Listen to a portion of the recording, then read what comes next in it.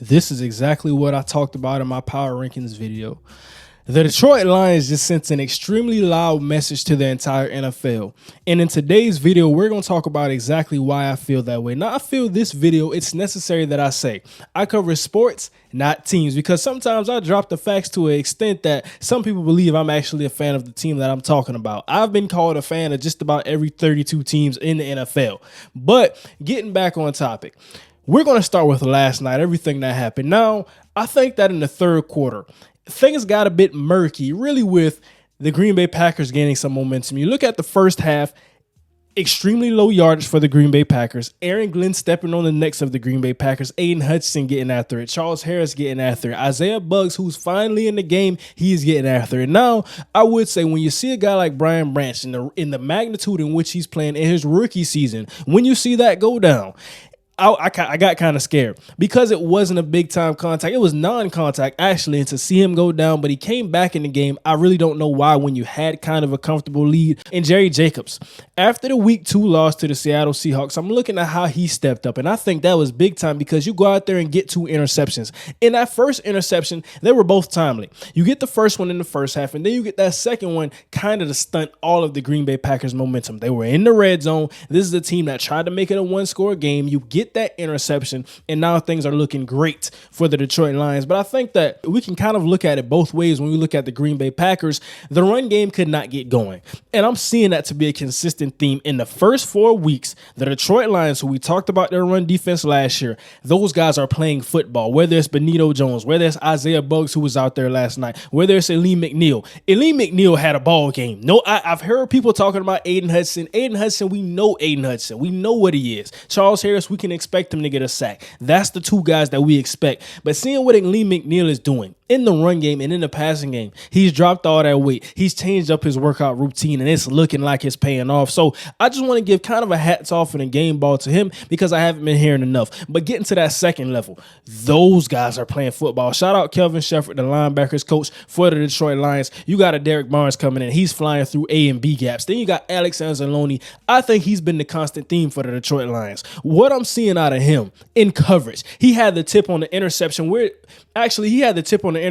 Jerry Jacobs got his first one because he tipped it in the air. Jordan Love threw the football. It wasn't a terrible read, but you get a hand on that football. Then you got Jerry Jacobs coming underneath it, getting that first interception. So having things like that when we know what he is in the run game, and I talked about it for Alex Anzalone, the biggest thing for me is staying consistent because I talked about it. There's very high highs, and we saw those high highs last night, but there were also low lows last year. But this year, I'm seeing more high highs than I'm seeing low lows. And then you still got guys rotating in. Sometimes it's a Malcolm Rodriguez, sometimes it's a Jack Campbell, and I want to see Jack Campbell get a little more snaps, but he has some good talent in front of him, so I don't think it's a big knock. So we're talking about what they've been able to do defensively. And then really for the offensive unit of the Green Bay Packers, I thought that Jordan Love, once he settled in, he kind of got a little hot in that second half. We saw the Jordan Love that we've been seeing, that a lot of people have been talking about. But when you look at the unit and you look at the offensive line, they have some guys who are injured. They're dealing with that. So you got the Detroit Lions who are getting 5 sacks, got 7 sacks last week. That's kind of crazy. 12 sacks in a 2-week span, but they're getting after it. And Aiden Hudson is, in fact, a problem. I've been talking about it. And James Houston is hurt right now, but I think that's another guy. Once he settled in, he would continue to get pressures alongside him. But Charles Harris has been holding it down. So you're looking at that. And I think that we're going to talk about it just a little further in the discussion. But now the Detroit Lions are creeping into a situation where they already felt that why not us? That was already the mindset of the team. And a lot of people said Dan Campbell was corny. And, he had a lot of cliches with him when he got hired initially because he talked about the kneecaps and all of that. But it's not corny no more. It's not funny no more because it's actually happening. You're actually seeing a physical football team. If you're a football fan, if you're not a Detroit Lions fan, how many times just this season, in the first 4 weeks, how many times have you said, my team is just not physical enough today. We have all the talent in the world, but we're just not getting after it today. We need a motivator in that room. There's a lot of teams I could point to, but I'm not going to do it right now. They have a motivator in that room, and they got one of the best offensive minds in all of football, a guy who's going to be a head coach very soon. That's Ben Johnson calling the plays on the offense. So you're looking at that. I think that when you have Jared Goff throwing the interception early, and I've been saying it for the longest, I really like the pieces in Green Bay for their defense. You look at Kenny Clark yards. Carl Brooks got him a sack. Rashawn Gary, some of the other guys, Jair Alexander, Rudy Ford got him the interception. Quay Walker, a very talented guy, but you can't have that penalty in that. You can't have that penalty in the fourth quarter. You just can't. I mean, jumping over the line, when we know that's going to be a flag, why do we do that? Those are the types of plays. And I think about it last year because I think it was last year. We had a penalty where it was another boneheaded one. I think it was an unnecessary roughness. So having those types of things with Quay Walker, all of the talent in the world, but if you can't be disciplined in the big time moments, in the big time games, because the Green Bay Packers were in a situation where it could have been a 2-score game. I believe if they would have kicked the field goal, it was 27-17. If you kick that field goal right there for Detroit, they go up 30-17.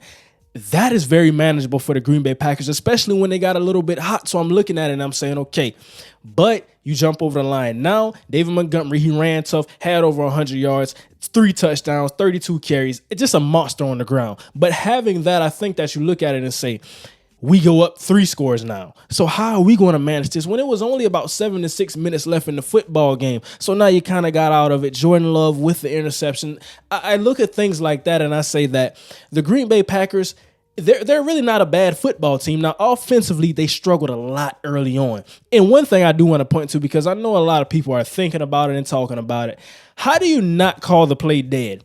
Third quarter, 0 seconds on the clock. And I understand it's not the same when we talk about delay of game and we talk about how the play clock goes to 0. That's different than the actual game clock going to 0. That clock said 0, 0, 0, 0. And he threw the bomb to Romeo Doubs. Also, shout out Romeo Doubs, Christian Watson as well, coming back. He's been hurt a little bit, but seeing those guys have some big time plays. Jaden Reed as well, a big time rookie out of Michigan State. But I think getting back to the Detroit Lions, the final closing point that I want to make within this game, and why I say that you send an extremely loud message to the entire NFL. To me, it comes back to the fact that you're starting to creep into the territory. I think it's San Francisco, it's Philadelphia, and then it gets kind of murky. I want to see what the Dallas Cowboys do this week. I want to see what the Seattle Seahawks do this week. The LA Rams, I want to see what they do, but it gets kind of murky in that situation. San Francisco, Philadelphia.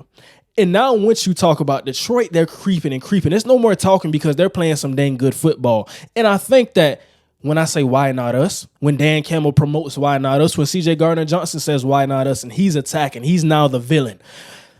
When we get into playoff football, it's 3 things you need. You need a defense. Outside of week 2, which we can kind of look at like an anomaly, but I do want to see. If I had one thing to say where they can still go get and be a hunter at the trade deadline, it would be another edge rusher. That's one thing I would say for that defense. But we look at their collection of those 3 games outside of that. Kansas City, dominant defensively. Atlanta Falcons, dominant defensively. Last night, dominant defensively. Check. You need a defense in the playoffs. You need a quarterback. Jared Goff, I can do without the interceptions. And I think that it's really some bad balls. And really on the one he threw last night, he came back late with 3. He threw the ball. That's something you never do. Jared Goff, I understand that he knows that he's not going to do that too many times. So I believe he goes into film. He gets out of that. But I do think he's a good quarterback. You have good coaching. Coaching and quarterback, we can kind of intertwine that one. And the third thing, the running game. David Montgomery, for everything that's worth, and this is why I want to close it this way, because we talked about Jamal Williams in the combination of DeAndre Swift. David Montgomery coming to the Detroit Lions. And you say, if you don't pay Jamal, why do you pay David Montgomery? If you didn't want to pay a running back, why do you still end up paying one? And then you draft Jahmyr Gibbs. What's the question? What's the deal? Because we look at it and say, now David Montgomery, he's not just the goal line back. He's not just that power back like we saw with Jamal Williams. While I think he was very good at what he did, I didn't think there was a lot of versatility within what he did. David Montgomery can catch the football. Although they use Jahmyr Gibbs in that aspect a lot, but he can catch the football. He's a little more elusive than Jamal Williams. We have to account for that. And while I think that DeAndre Swift has all of the talent in the world, I think that he's a more elusive back. He can get out of his cuts. He can do some things more explosive than David Montgomery. But we look at some of those little things. I think David Montgomery can do some of them, just not to that extent. So he still offers some of that with the versatility. And then you got Jahmyr Gibbs. Ladies and gentlemen, we have not seen it just yet, but I do think he will be a game breaker. Once they continue to familiarize him with the scheme, he's going to be that guy that can catch the football and go 80. He's going to be the guy that can run a wide zone and go 60 to 80. So I have to account for that as well. That's a check. Run game, defense, coaching, quarterback play. I'm seeing that and I'm saying, okay, Why not them? I really respect the San Francisco 49ers. They're dominant right now. And the only way they're going to get out of that tier is if they play themselves out of that tier. But I talked about all of this, and Jameson Williams hasn't hit a football field yet. So you got Josh Reynolds. You got Amon-Ra St. Brown. You got Marvin Jones. You got some of those other guys. Sam Laporta, who's making big-time plays. You still got Brock Wright. That's a receiving core that's looking pretty solid thus far. And then you add speed. Everyone's talking about the Miami Dolphins and why. Tyreek Hill, Devon Achane, Raheem Mostert, Jalen Waddle, speed kills. And you add a guy like that, who a lot of people say if he did not tear that ACL, Alabama's winning that national championship. I still remember that game because I was watching it. Something's going on in Detroit. And that's a message that they sent yesterday. That's a message that's been sent through the offseason. It's a message that it's time to start listening. I'm paying attention. We have to start paying attention. It's that time. It's no more talking.